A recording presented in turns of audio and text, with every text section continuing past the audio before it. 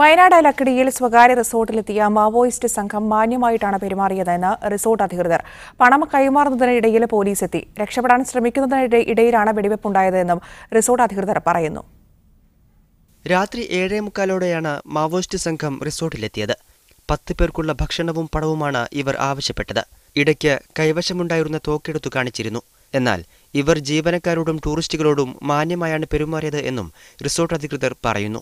അവരുള്ള സമയത്തായിരുന്നു 2-3 ഗസ്റ്റ് വന്നത്. പക്ഷേ വളരെ മാന്യമായിട്ട് അവർ സംസാരിച്ചത്. ഞങ്ങൾക്ക് ഇങ്ങനെ ഒരു ആവശ്യമുണ്ട്, അതിന് നിങ്ങൾക്ക് പണം തന്നേ പറ്റൂ എന്ന് പറഞ്ഞവർ വേറെ ബുദ്ധിമുട്ടൊന്നും അവരുടെ ഭാഗത്തൊന്നും ഉണ്ടായിട്ടില്ല. മാന്യമായ പെരുമാറ്റമാണ്. ഓൾമോസ്റ്റ് ഒരു 10,000 റുപ്പീസോളം കൊടുത്തു. അവർ ചോദിച്ചത് ഒരു 50,000 റുപ്പീസാണ്. അപ്പോൾ അത് കൊടുത്ത് കഴിഞ്ഞ സമയത്ത് പിന്നെ അവർ ഭക്ഷണം വേണമെന്ന് പറഞ്ഞപ്പോൾ അത് ഉണ്ടാക്കാനായിട്ട് നമുക്കൊരു 3/4 മണിക്കൂർ ടൈം എടുത്തു.